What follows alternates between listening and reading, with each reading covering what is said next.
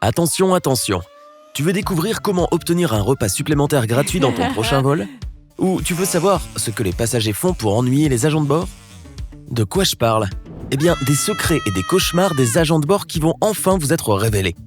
Regarde cette vidéo jusqu'à la fin pour découvrir comment les agents de bord te surnomment dans ton dos. Allez, c'est parti. Ils te jugent lorsque tu embarques dans l'avion. Si tu agis bizarrement lorsque tu embarques, ils pourraient te marquer comme étant un passager potentiellement problématique. Ce criblage leur permet de prédire comment va se dérouler le vol.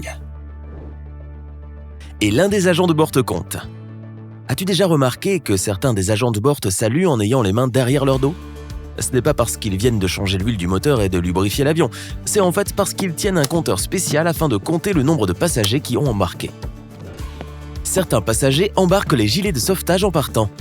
Alors assure-toi qu'il y a un gilet de sauvetage sous ton siège avant le décollage. S'il n'y en a pas, il a probablement rejoint la collection d'un précédent passager indélicat. Préviens juste l'équipage. Ils ne rigolent pas quand ils te demandent d'éteindre tes appareils électroniques. Un téléphone qui n'est pas en mode avion ne perturbera pas l'avion. Mais si tout le monde décide d'ignorer les règles, cela peut sérieusement interférer avec la communication entre le centre de contrôle aérien et le cockpit.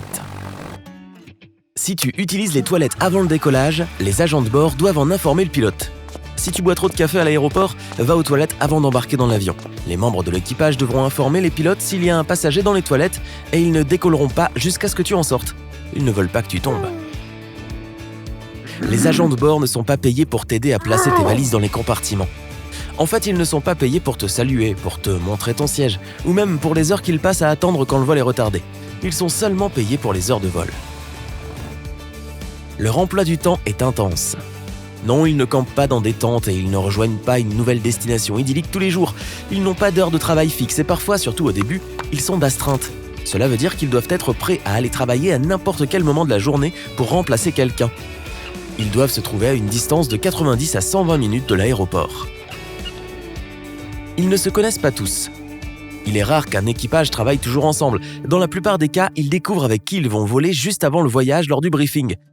Alors si tu ne les entends jamais s'appeler par leur prénom, c'est probablement parce qu'ils ne se connaissent pas. Oh, c'est pour cette raison qu'ils ont des badges.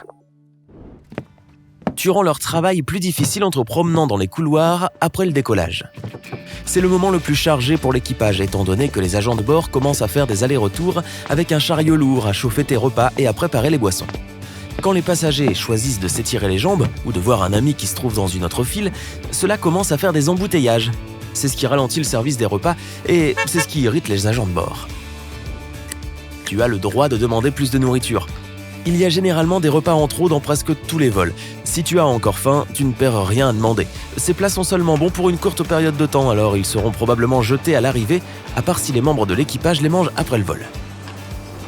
Tu peux obtenir un meilleur service en étant assis à l'arrière de l'avion.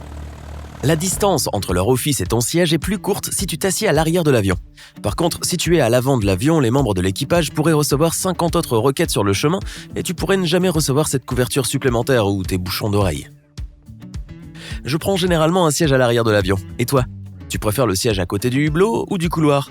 Ou alors le siège du milieu ? Dis-moi dans les commentaires ci-dessous. Allez, continuons. Les boissons en bouteille sont tes meilleurs amis pendant le vol. Quand tu dois choisir les boissons gratuites à bord, n'opte pas pour le café ou le thé. En fait, demande une boisson en canette ou en bouteille. L'eau dans les boissons chaudes est bonne, mais les réservoirs dans lesquels elle est stockée ne sont pas souvent nettoyés. Les agents de bord ne sont pas des serveurs. Ils te servent tes repas et tes boissons, mais leur tâche principale est d'assister le capitaine pour que tout se passe bien à bord et pour agir rapidement face à des situations inattendues. La formation intense qu'ils reçoivent est condensée sur quelques semaines et pourtant elle inclut bien des choses. Les procédures de sécurité, les détails techniques de l'avion et les premiers secours pour n'en nommer que quelques-unes. Ils ne sont pas tes majordomes personnels non plus. Bien sûr, tu peux utiliser le bouton d'appel si tu as besoin de quelque chose, mais ne t'énerve pas si un agent de bord n'arrive pas dans la seconde suivante pour t'aider. À part si tu as ton jet personnel, il y a généralement au moins 100 autres passagers à côté de toi. Si tu veux simplement un verre d'eau, tu peux étirer tes jambes et aller le chercher. Ils n'ont pas réponse à tout. Étant donné que nous parlons du bouton d'appel, ne l'utilise pas pour demander aux membres de l'équipage où se trouve l'avion à ce moment-là, ou comment trouver un endroit dans l'aéroport de destination. La vérité est qu'ils ne le savent pas, et ils n'ont pas à le savoir. Ils détestent quand tu mets ta serviette en papier utilisée dans ton gobelet. Les agents de bord empilent les gobelets pour économiser de l'espace, alors à chaque fois que tu places une serviette à l'intérieur, ils doivent la retirer et la jeter séparément, et cela leur fait perdre du temps. Tu peux ouvrir la porte des toilettes depuis l'extérieur. Si ton enfant est coincé à l'intérieur ou s'il se passe quelque chose, tu dois juste soulever le signe des toilettes et faire glisser le verrou pour l'ouvrir. Mais cela est seulement en cas d'urgence. La cabine n'est pas l'endroit le plus propre au monde. Je suis sûr que tu sais que les toilettes ne sont pas vraiment le summum de la propreté, mais ces moquettes ne sont pas complètement exemptes de germes, alors ne marche pas sans tes chaussures. Cependant, la tablette sur laquelle tu manges est la partie la plus infecte. Ces tablettes sont simplement nettoyées avec un coup de chiffon qui sert pour toutes les ranger, et les gens mettent leurs pieds sur ces tablettes. Les agents de bord savent si tu utilises des aérosols à bord. Si tu arrives à emmener de la laque ou un déodorant en taille de voyage dans ton bagage à main, ne l'utilise pas dans les toilettes. Cela déclenchera l'alarme. Il y a des compartiments de repos pour l'équipage. Les avions les plus grands ont des petites chambres cachées pour que les agents de bord puissent se reposer pendant les vols long courriers. Ils doivent se faufiler à l'intérieur étant donné qu'il n'y a pas beaucoup de place, mais cela est quand même suffisant pour se reposer un peu. Ils te demandent de relever les volets des hublots pour une raison. Les volets des hublots doivent être relevés afin que les agents de bord puissent voir si tout va bien à l'extérieur avant d'ouvrir les portes. Ils peuvent pimenter un peu les choses s'ils le veulent. Vivre la même routine tous les jours peut être ennuyeux. Il n'existe pas de règles leur interdisant d'être créatifs pendant la démonstration de sécurité. Alors tu peux parfois voir des agents de bord faire un petit sketch ou même danser à bord. Les membres de l'équipage ont leur propre langage secret. PAX veut dire passager. UM ou Unaccompanied Minor signifie mineur non accompagné et c'est un enfant qui voyage tout seul et qui a besoin d'attention et de soins supplémentaires. Les spinners sont des passagers qui n'ont pas de siège assigné, qui arrivent à la dernière minute et qui tournent en rond pour trouver un siège libre. Les runners ou coureurs sont ceux qui courent littéralement dans l'aéroport et jusqu'à l'avion, afin de ne pas rater leur correspondance. George est un nom populaire pour le système de pilotage automatique. Le jus bleu est le liquide utilisé dans les toilettes des avions et les toilettes peuvent être renommées la salle bleue.